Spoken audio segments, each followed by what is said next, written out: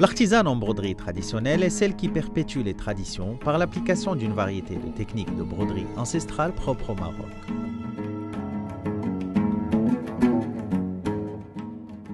Elle conçoit et réalise des pièces de lingerie brodées et des pièces brodées destinées à la décoration intérieure. Elle contribue au raffinement et à la personnalisation des vêtements traditionnels et contemporains par l'ajout de garnitures et de décors brodés.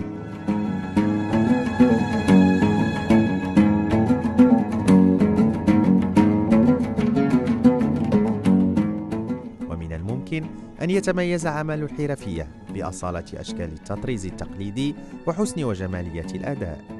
في الأجزاء اللاحقة لهذا الشريط التعليمي سيقسم عمل الحرفية إلى مقاطع تبرز المهام التي على الحرف إنجازها والكفاءات التي عليه أن يعبئها.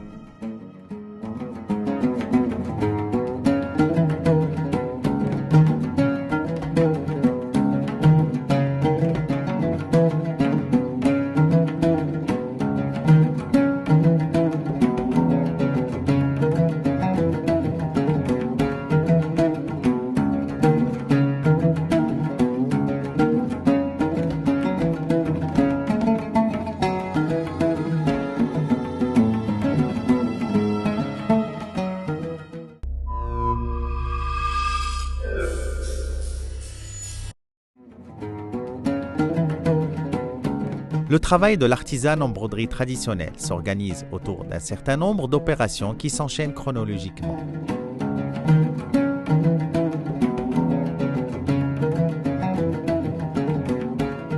L'élément déclencheur est la commande, grande ou petite, venant d'un particulier ou d'un revendeur. L'artisan accueille le client et prend connaissance des données et des précisions de la commande. Elle approuve les étoffes et les fils, précise les caractéristiques du produit et convient avec le client du choix des modèles, des motifs et des couleurs.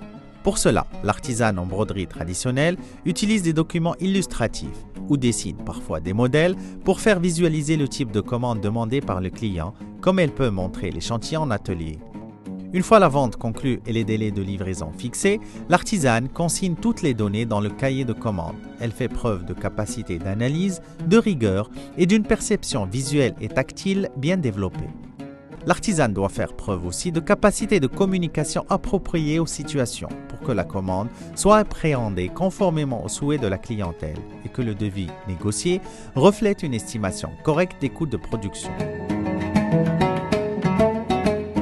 Après chaque commande, l'artisan en broderie traditionnelle planifie la production. Elle établit le plan d'exécution en fonction des échéanciers.